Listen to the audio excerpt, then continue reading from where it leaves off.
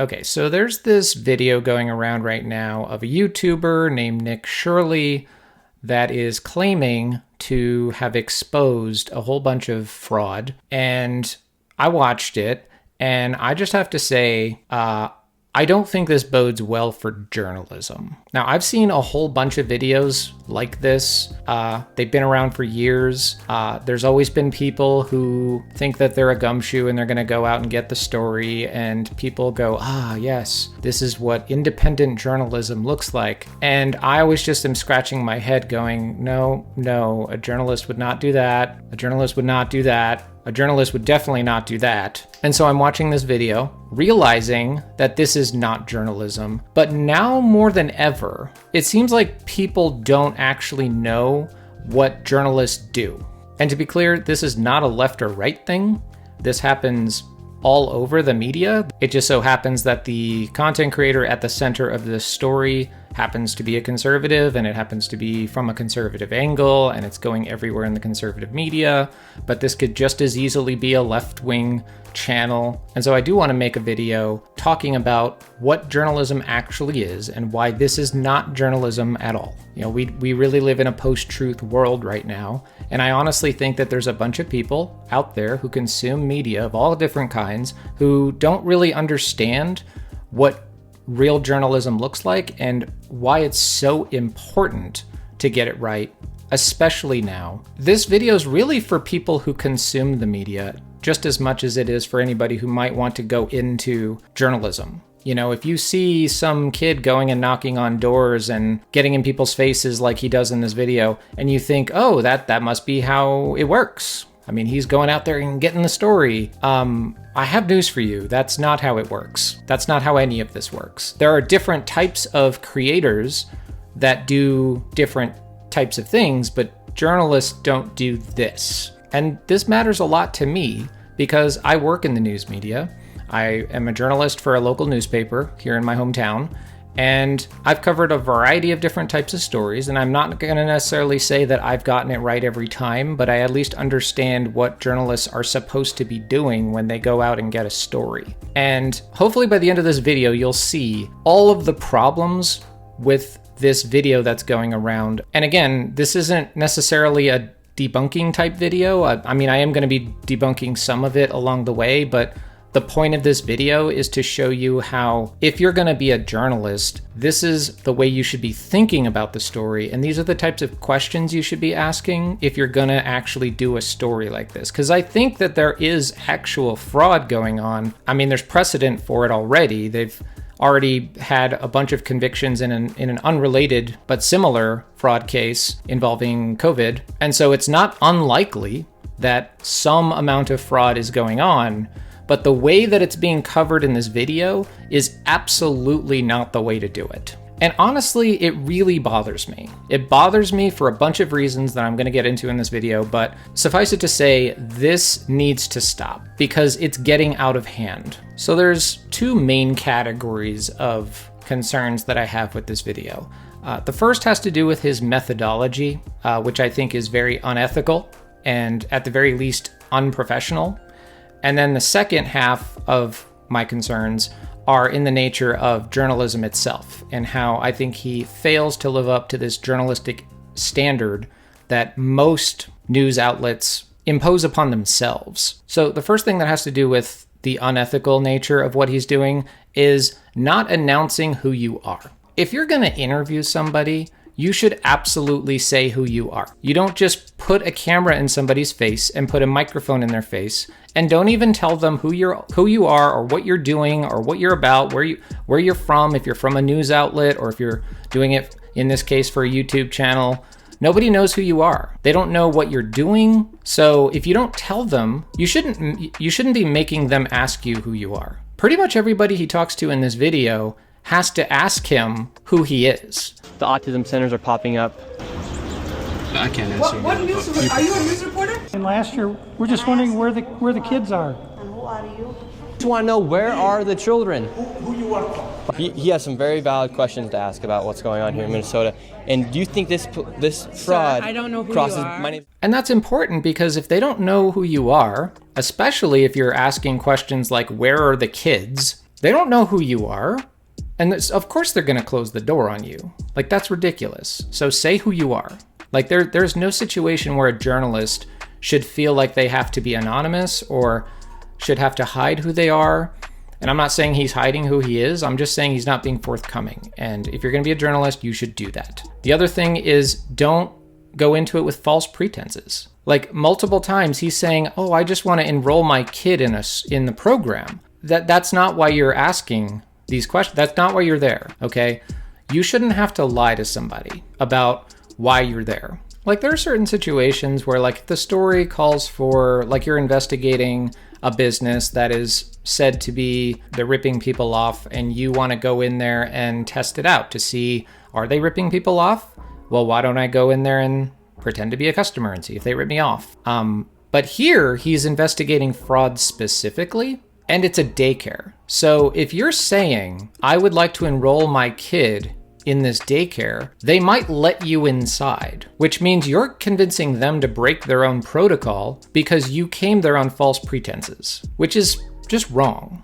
Like, you should be able to say, hey, I'm a YouTuber and I'm investigating these claims of fraud. Do you mind if I talk to you for a minute? That's perfectly fine. Like, you can be on the up and up. You don't have to use these underhanded tactics. It's not like in the movies where you're a spy and you have to, like, lie to people to get information out of them. I mean, you can do that, but what I'm talking about here is the ethics of doing that.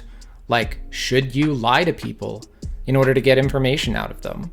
I mean, you can, but certainly if you're going to a daycare and you're telling them, I would like to enroll my child in your program, that's really shady. You should not be doing that. The other thing that's really sketchy is filming people without their permission. Now, the laws are different in every state. And again, what is legal is not necessarily what is ethically correct. Every state is different as far as, like, do you even need to ask for permission? Most states are either one-party states or two-party states. If you're a one-party state, that means you need to get permission from at least one person in the conversation. And if that person is you, then you can record it. But that doesn't necessarily mean you can reproduce the recording. It just means that you can record it. So that doesn't necessarily mean you can put it up on YouTube, because there might be other laws about that too. So if you're going to record people, you need to know about all of that. But the other aspect of it is, are you on public property or private property? Because if you're on private property and you're recording people without their permission, they absolutely have the right to kick you out. As he does get kicked out in this video. A cop has to literally explain to him that you are on private property and you're harassing people and they're asking you to leave. But generally, as a practice, you don't want to put a camera in people's face and record them without their permission. Least of all, because if you want to, like, do something with it, if you want this to be part of a documentary, let's say, a lot of distributors will not distribute your movie unless you have releases for everybody who's in the movie. So that's also there's like a practical concern to that. But, like, even if you're just throwing it up on YouTube, there's a lot of things to keep in mind if you're going to do that. And at a certain point, if it's very clear that they don't want you to record them, not only is that a little bit unethical, but it also could be considered harassment. You know, if they ask you not to record them and you continue recording them, especially if it's on private property, like, that's a recipe for sadness right there. You know, it could lead to a physical altercation.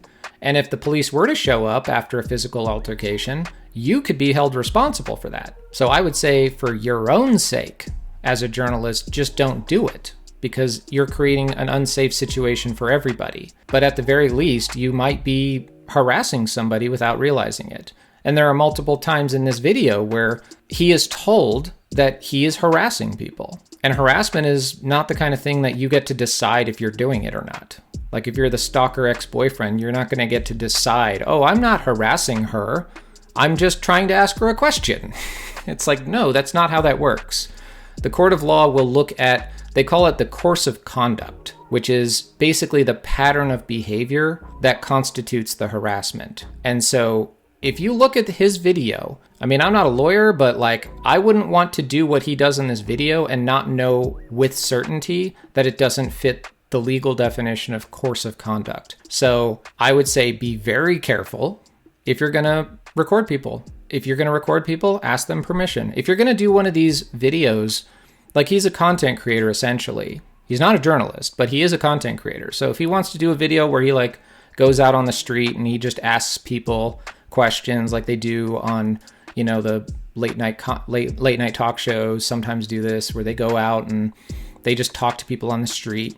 Usually they will say, hey, we're doing a video for this show and we're asking people about this. Would you mind if I interview you? Like, that's what most people with integrity would do. Like, you just talk to them and you say, hey, do you mind if I interview you for this thing that we're doing? It's not that hard. If you think the only way you can get information out of people is by being sleazy and underhanded and not telling them who you are and not being upfront and just shoving a camera in their face to see what they say as long as you have the camera on them, I mean, I'm sorry, but there's other ways to go about that. Of course, these businesses are probably not going to talk to you on camera, but that's fine. Like, you don't have to, like, if this is your story, if you're trying to uncover fraud, there's other ways to do it. Like, you don't have to shove a camera in people's face to do it. And finally, the most important thing, don't lie to the police. That's just stupid. Like, he lies to the police in this video, and I'm just like, are you insane? Like, the police ask him, why are you here? And he says, we're just checking out rates for healthcare. And I'm like, no, you're not. That's not why you're here. Like, you know why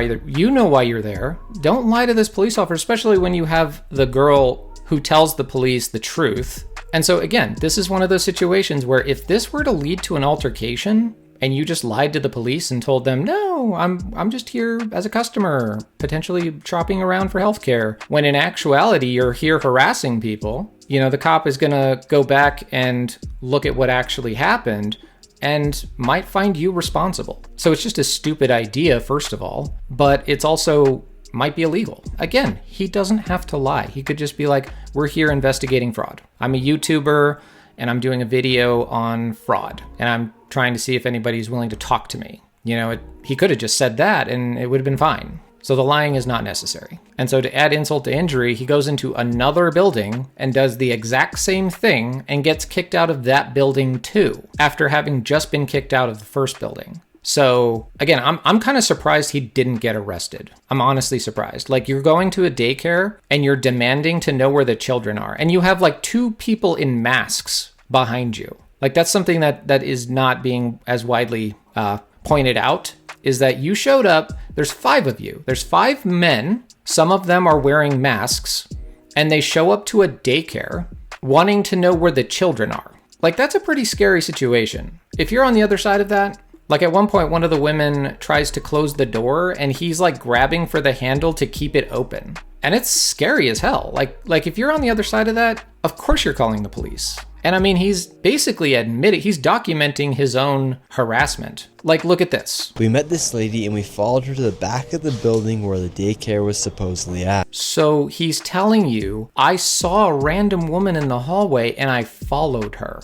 And I filmed her until she arrived at a daycare where there's children. Like, are you insane? Obviously, he's probably insane, but like the people watching this video who don't see the problem with this, if you're a fan of this video and you're a fan of this type of content, you really need to do some reevaluating. Because just think about that. If that was the daycare provider of your own child, what would you want that daycare provider to have done in that situation? Because if the answer is not close the door immediately, then you're probably not looking at this objectively. I think if you look at this pretty objectively, you can see the problem clear as day. Okay, so now I'm going to move on to the second half. This is all the stuff that has to do with journalism itself and why I consider this pseudo-journalism. I don't know if anyone uses this term pseudo-journalism, but I like it because it gets the point across very clearly. So like pseudoscience, it looks like journalism. With pseudoscience, you have people who they have the appearance of doing the scientific process and collecting data and whatnot, but the methodology is usually flawed. And you can usually spot it pretty quickly if you learn how to spot it. Similarly, I think if you learn how to spot bad journalism, a lot of this stuff will just be obvious. And to me, it sticks out like a sore thumb, but apparently to too many people online, they think that this is acceptable. They think that this passes for journalism. So for example, almost the entirety of the research that goes into this video comes from some guy named David, who doesn't have a last name conveniently, who just says stuff. He just says this is true and that's true. And while a lot of the information might actually be correct, none of it's corroborated. None of it's like, we don't have any sources for it. So if you go to the description of the video, there are no sources listed. There are only links to how you can donate and how you can buy stuff. They actually have a merch store now. So there's no sources at all that you can verify other than what he happens to mention verbally. So some of this you can verify if you already know what it is. So for instance, the only time you get anything like that is when he says his data comes from people at the state capitol. What does he mean by that? He doesn't really specify in the video, but this video was posted on a Friday, but that following Monday, the House Republican caucus did a press conference, a virtual press conference, in which they not only admitted, but practically bragged about the fact that they kind of steered this video. They steered Nick Shirley towards what they wanted him to talk about. Much of the information that one of the gentlemen in that video was providing was due to information he got from the House Republican staff. There was another TV reporter who also covered the Quality Learning Center in January. Also provided some information by the House Republican caucus. So that's kind of odd. It doesn't really seem like he investigated much at all, actually. Like if you look at what David says throughout the video and what they mention in the press conference, it kind of doesn't really seem like Nick Shirley investigated anything. He just kind of went out on a joyride and went and knocked on doors. Might as well have been setting up shop on a corner somewhere and interviewing people on the street. Like that's about as investigative as it gets. Which again, that's fine. Like if you're doing like a video on protests, for instance, if you go to a protest. I actually did a video once where I went to one of the No Kings protests earlier this year. In fact, I went and just talked to people to figure out why it was they were coming to protest. And that's fine. Like if you're going to do a video like that, that is the story. Like if the story is why are people here at this protest, cool, interview them. But what he does here is he is led by the hand to these locations. And what he does when he gets to these locations is, like I said, pretty unethical, and also just very stupid. Like he doesn't actually get any information by going to these places. So elsewhere in the video, David says that the level of fraud could be around $9 billion. He says it's estimated to be between 6 or 7 or possibly as high as 9, and that they're constantly revising their estimates. Again, he doesn't say who, but if you look at the screenshot at the beginning of the video, which you blink and you'll miss it, he shows a screenshot from Fox News, which shows the source of that, and that screenshot just says federal prosecutors. But again, he doesn't spend any time going over that. Like a journalist would actually go over that. Like where did that number come from? If that number was revised up recently, why did they revise it up? Where did that information come from? In my opinion, they're just making it up. But at least if you have the pretense of like, I'm gonna look into that. I'm gonna see where that number is coming from, because how do they know that? I mean, there's investigations still ongoing right now. Also throughout the video, this David person is it sounds like he's just making stuff up. Like at one point when they're walking down the hallway in that healthcare place, he says, about how much fraud do you think is going on in these healthcare facilities? And he goes, I don't know, 50 to 60 million at least. And then you hear the ka-ching sound. How much money do you think's been funneled through this building? Every year, I would say 50 to 60 million at least. And I'm just like, I don't think that's how it works. You can't just like the whole point of the video is you're going from place to place exposing the fraud, but you're not exposing anything. You're just asking the guy like, hey, about how much? Oh, 50 to 60,000? Got it. That's not journalism. I'm sorry. I hate to break it to you, but what some dude just said to your left, that's not journalism. Like you need to be able to show that. Like there's no documentation hardly at all in this video. There's some documentation that comes up whenever they're going from place to place. But if you look at the way that it's worded, it'll say things like money stolen from Minnesota. And I'm like, stolen. Well, that's probably not a government document that they're citing. That's probably just something that they created as a Word document, and they're just using that as a screenshot. Because near as I can tell, I don't know where that's coming from. It's just what some dude said. And also, he just is wrong about some things. Like he says they're all still in operation. This David person says they're all still in operation, meaning the daycares. Well, local news has already covered a lot of it, and they found that at least 2 of them are not in operation right now. They do not have active business licenses right now. Our analysis found all but 2 of the sites have active licenses and were visited at least once by state regulators this year, some as recently as 3 weeks ago. Many sites, including the Future Leaders Early Learning Center, were cited for safety violations, but there was no evidence of fraud. So, again, if you're an actual journalist, you would be able to discover that pretty quickly. But this Nick Shirley guy very clearly is not interested in that. He's just like, oh, hey, there's this guy that's done a bunch of research. I'm just going to piggyback off of whatever he did. And then we're going to go on a joyride and we're going to have fun and we're going to, harass people. Like, that's not journalism. Like, it's your job to go and look at the numbers and verify them, right?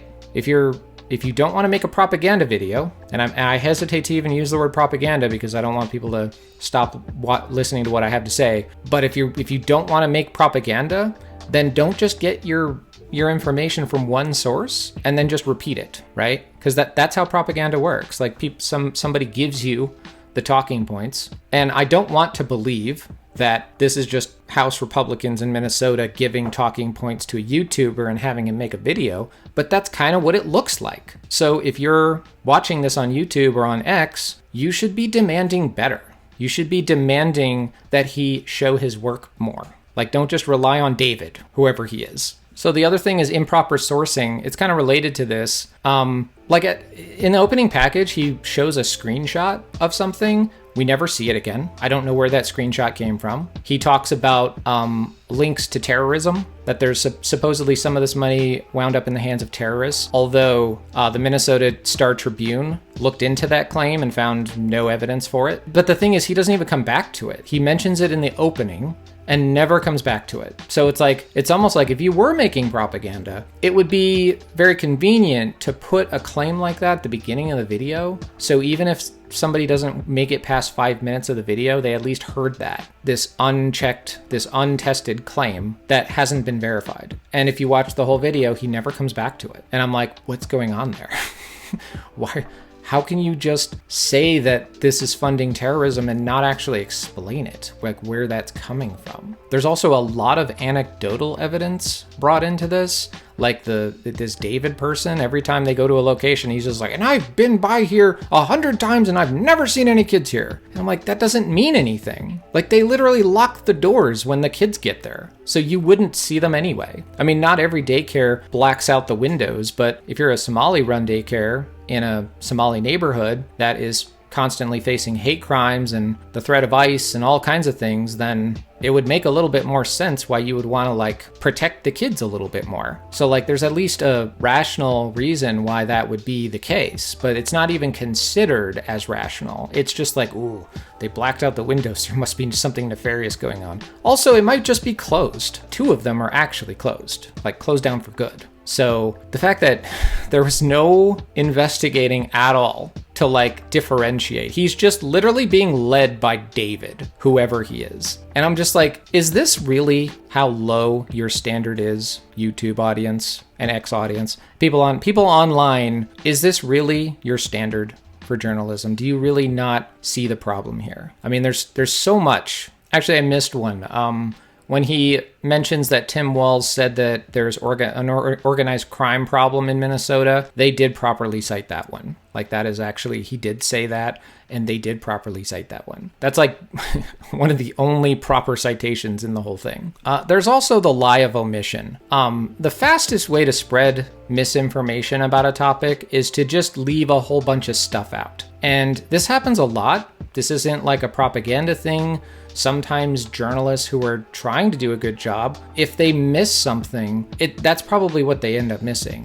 If they get something wrong about a story, it's probably that they left out a critical piece of information. And honestly, whatever side of the political spectrum you're on, if you're a liberal or a conservative, and you're looking at what the other side is reporting on, a lot of times you can see it, right? When it's the other side, you can see, oh, they're not talking about this and they're not talking about that. Like that's usually the sign of at least bias, but usually it's just, the journalist missed it or they didn't care. But sometimes it is a little bit more nefarious. So for instance, in this video, he does show a screenshot of the case of fraud that happened in Minnesota a year or two ago, where $250 million of fraud was uncovered of COVID stimulus money that went into the wrong hands. And then he shows it, but then look at what he shows right after. These fraudsters have worked hand in hand with the Minnesota government as they... So he mentions the $250 million of fraud, and then he just shows you 3 random pictures of Somalis. And I'm assuming that those Somalis are actually involved in this. But the actual ringleader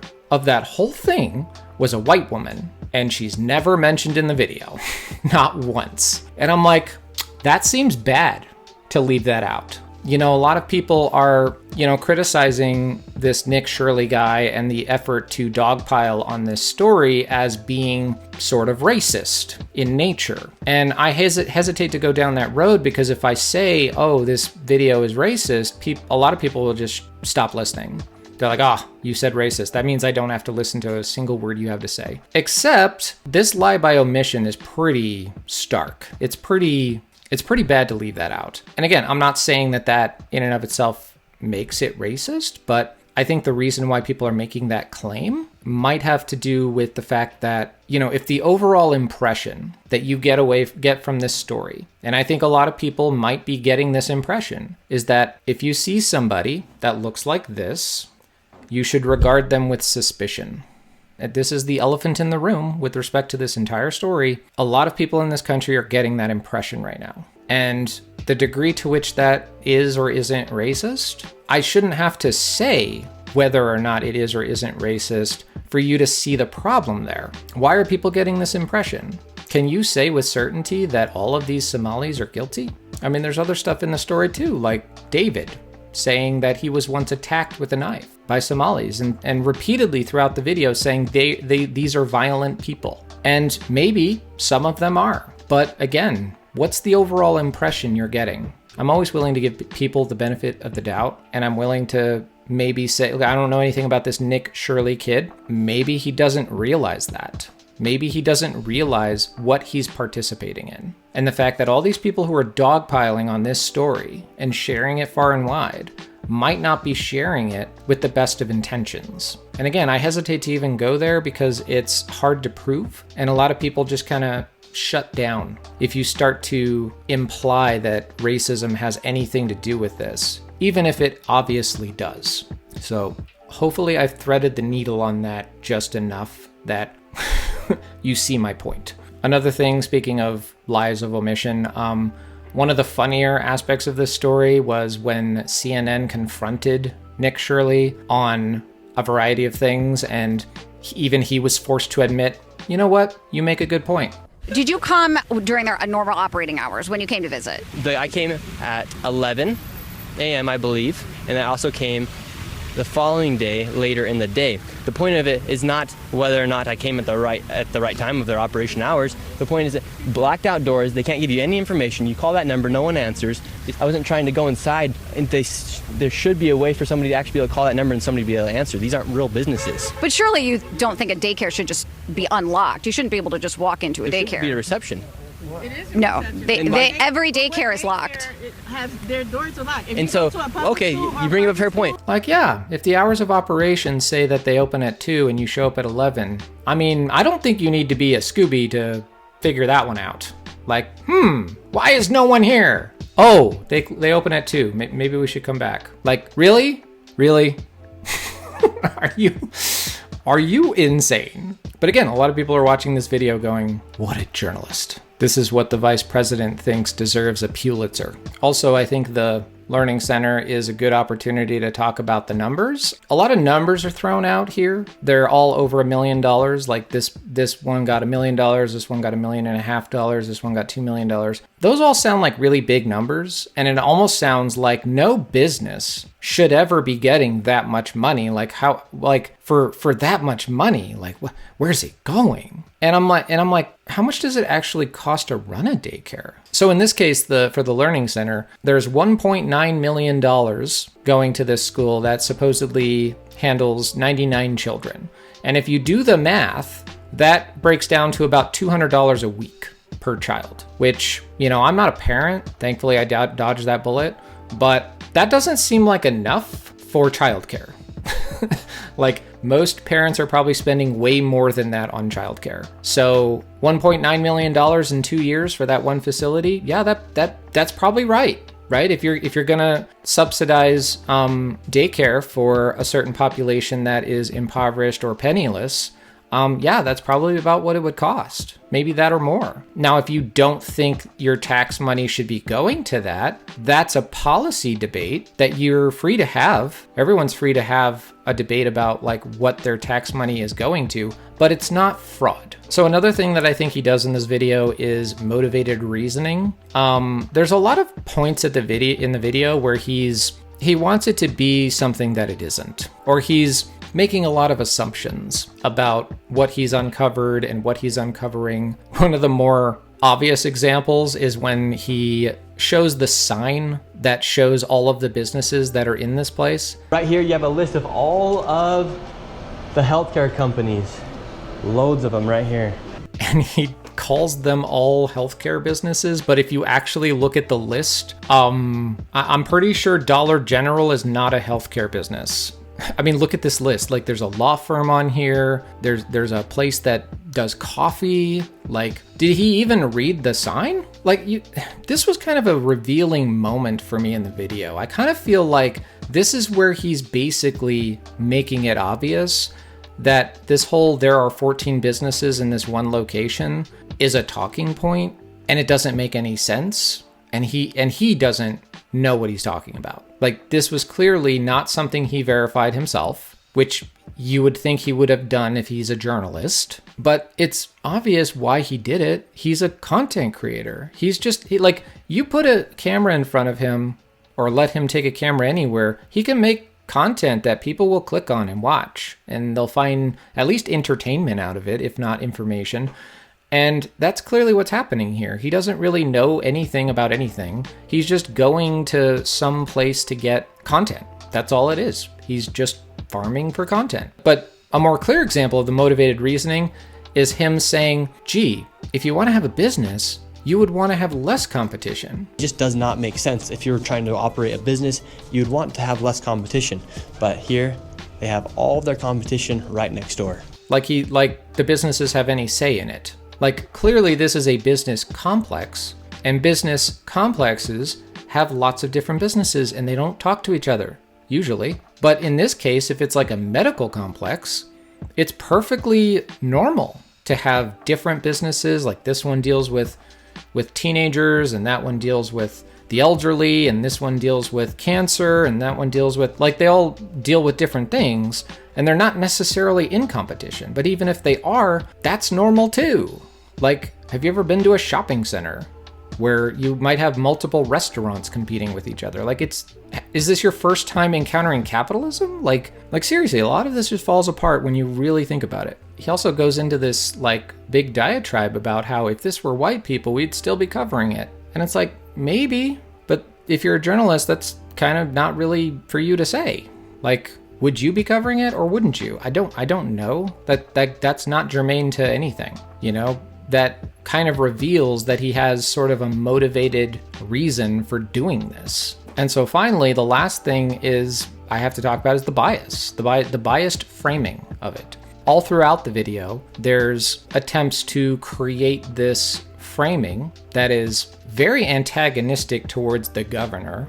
This David person really seems to have an axe to grind for the governor. He holds him solely responsible, as does Nick when he's interviewing the lawmaker towards the end. But this David person kind of gives away the game in the beginning when he says, when he's asked about who's behind it all, and he literally says the Democrats. And the government knows about this. The government knows they're writing the checks. Yeah, the Democrats over there writing the checks. And it's like, okay, so you're making it very clear what's going on here. In the opening package, he says that they are confronting the incompetent government leaders. But who are the incompetent government leaders? They just so happen to be Democrats, not the Republicans. None of the Republicans are involved. And again, he doesn't do any of the legwork to even make that case. It's just an assertion that has nothing behind it. There's no like connecting of the dots even happening. It's just there are multiple assertions made throughout the video that are not actually substantiated by anything. He also includes the Minnesota state flag as being somehow Somali inspired. When if you know the whole history of how that flag came about, it's kind of like, this is something that all the conservatives in the conservative media seem to be talking about. Like there's somehow some conspiracy to make the Minnesota state flag resemble that of the Somali flag, except everything on the new Minnesota state flag can be explained simply. Like the 8-pointed star is a reference to the fact that their state motto is the North Star, or the Star of the North, and the K shape on the left refers to the state's shape, and the light blue on the right refers to the fact that it's got 10,000 lakes, or it's the land of 10,000 lakes. Like, it's really not that complicated. But again, this is like one of those assertions where it's like, if you're a journalist, you might even say like, at least get somebody to talk about it and not just make an assertion yourself that is not backed by anything. And so from a journalistic standpoint, I will have to say the last 3 minutes is probably the only part of the video in which any actual journalism happens. And that's when he interviews the state lawmaker. He actually does get an interview. And so like it's technically journalism in that he's getting a primary source. He's getting a quote. Anytime you get a quote yourself from somebody, like that's journalism. That's what you're supposed to do. Like if you actually get an interview with somebody and you get it on camera and you post it, like there's value in that. That's actual information. That's actual people can actually use that. But what's interesting is in the interview, he asks one very loaded question. Facts are the facts that fraud is happening here, and it's not a nonpartisan issue. How come you think fraud has been able to happen so much underneath the government here? And then what follows, she actually makes a lot of assertions, and I don't know if any of these assertions are correct. There are Democrats and Republicans who are sitting in that committee talking about it, but what you did here was the Republican chair say she's not turning information over to the one person in government who can stop payment, and I hope you print that. Now, that's a big one, and again, I'm not saying that any of that's correct. I haven't looked into it thoroughly enough to be able to say one way or the other. I'm just saying that that's an assertion she made, but he didn't respond to it. Because right after that interview, this random guy who has a totally different set of issues, clearly, shows up and gets really emotional, and then the video ends with nothing being explained. And I'm just like, what annoys me is like, if I was there, I would have handled this so differently. Like if you actually go up to her and say, hey, I have a YouTube channel and I'm investigating these claims, and I thought it was really interesting what you said up there, and would you mind if we do like a little interview for my YouTube channel? She probably would have sat down with you. You would have had like much longer time to ask her a lot of questions and actually get at some of the answers that you're looking for. But instead, you just come at her, and actually the other guy in the suit gets super aggressive with her. In my opinion, he's probably the reason why she kind of bolted out of there. She probably would have been perfectly fine sitting down and talking to Nick, but like the other guy just was like intense. But I'm just looking at that going, man, what a missed opportunity, guy. Like if you want to actually be a journalist, be a journalist. Don't be a hack. Don't be a influencer, content creator. Be a journalist.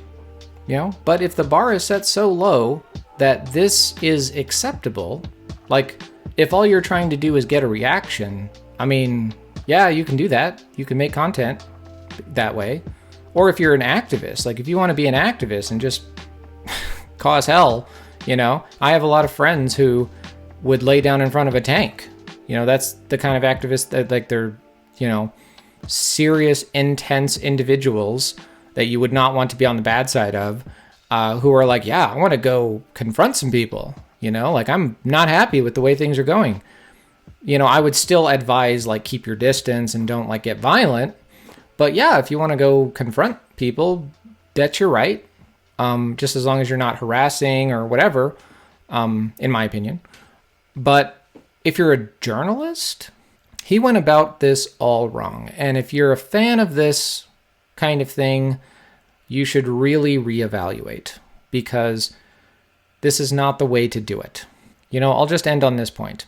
Legacy media gets a lot of flack because sometimes they get it wrong, and sometimes they seem to have a bias or an agenda, and certain stories don't get covered because it's corporate media and all of that stuff. And I get all of those arguments, but, thinking back to 10 or 15 years ago when I thought in a similar way to the primarily young men, let's face it, who are watching videos like this and going, yeah, we're speaking truth to power. That's what we're doing. All of these institutions have lied to us, and there's rampant fraud, and government is corrupt, and you can't trust anybody, least of all the legacy media and the lamestream media, our institutions, academia, all of it's corrupt. We can't trust any of it. But you can trust David with no last name. What I'm saying is I have empathy. I have empathy for the frustration of a lot of young people who just want answers. But I have to say, this is not how you get answers. This is how you get misled. And I think that a lot of young people are being misled by people like this person. And it makes me sad, because the truth is out there, and we live in the digital age. So, all of the information is out there. If you follow the local news is uncovering a lot of the mistakes that Nick made in this video, such as going to the daycare at the wrong time of the day. Finding out that some of these businesses are actually closed for good, leaving out all of the details about what is or isn't being investigated. If investigations are ongoing, it's important to point out that these are just allegations. He's claiming he's uncovering fraud, but no, he's not. He's making assertions. Some of these assertions are based on previously reported information by actual journalists, but mostly he's just listening to David. And journalism, that does not make. If you're in the legacy media, if you work for a news outlet like I do, there are guardrails to what you do. There are certain things you cannot do or say, otherwise there are consequences. You might get fired, you might get blacklisted, there might be serious reputational harm, so nobody else wants to hire you. You might get your press pass revoked. Other press events you might not be invited to or even allowed to attend. And that's before you get to the legal consequences if you lie. If you're an individual making an assertion, there's less liability for that than if you were saying it on behalf of a company. So if you are a New York Times columnist or reporter and you get something wrong or you defame somebody, New York Times has an incentive to make sure that you don't do that. So there's somebody making sure that you're on the up and up. But if you're just saying it on your own, there's no incentive in that way. So if Joe Rogan says, I think the president might actually be guilty of some untoward behavior towards children, or Joe Biden for that matter, he can say that because he's just a podcaster. And nobody will hold him to account because he's just a podcaster. He's allowed to say whatever he wants. But if you're a writer for the New York Times, you don't have the same luxury. You actually do have to be correct. And that doesn't mean you always will be. Mistakes do happen, but mistakes are going to happen a lot less frequently with the legacy media outlets than with some random YouTuber. And so if you're going to be consuming content in this way, you need to keep that in mind, that there's no disincentive for him to get things wrong. He's literally selling merch, if you're in a space where getting something wrong means you actually are more successful, that's a problem, and if it seems like I'm picking on this guy because he's a conservative, that's not it. To the degree that fraud is happening anywhere in the government, I think it absolutely should be exposed, but not like this, not in a totally political way, and certainly not in a way that might actually get people killed. Because here's the more disturbing thing that I'm noticing. A video like this matters. There have already been serious consequences because of this video. The federal government has ceased all funding for daycares in the state of Minnesota, not just the ones that are under investigation, but all of them. And that means that children everywhere are going to be affected, which could be an overreaction, because if these daycares are already being investigated, then why punish all the ones that are not doing anything wrong? Or if you have a whole bunch of people who think it's totally okay and normal to just go to daycares and pound on the door and demand to know where the children are, that's a problem too. But that's also happening. Like this tweet, where Libs of TikTok posted a video of somebody doing that in Seattle. Ted Cruz reshared it, and then Elon Musk retweeted it. So this already has the potential to create actual mobs. Like one of the daycares that Nick went to in his video actually got vandalized after the video came out. The daycare says it appears the vandals first tried to saw into the door of the Family Dollar next door in the shopping center, but that didn't work. The manager claims those who broke in went straight to the office, stealing information of the many children who were taken care of here. And a lot of the daycares are receiving death threats. They're receiving hateful messages. That's the effect now. And that is also what happened in Springfield, when they said they were eating the cats and dogs, and that turned out to be a total lie. And then JD Vance said this. The American media totally ignored this stuff until Donald Trump and I started talking about cat memes. If I have to, but it wasn't just a meme, create stories so that the American media actually pays attention to the suffering of the American people, then that's what I'm going to do, Dan. Like, I'm sorry, there's no standard for journalistic integrity that includes making up stories to get people to care. That's the opposite of journalism, actually. So it doesn't surprise me that JD Vance thinks that Nick Shirley should get a Pulitzer Prize because he doesn't know what journalism is. Or maybe he does know what journalism is and he's just being very cynical in his promotion of it. I didn't expect to get that heated throughout this video, but I mean, it's something that, like I said, it's very important to me.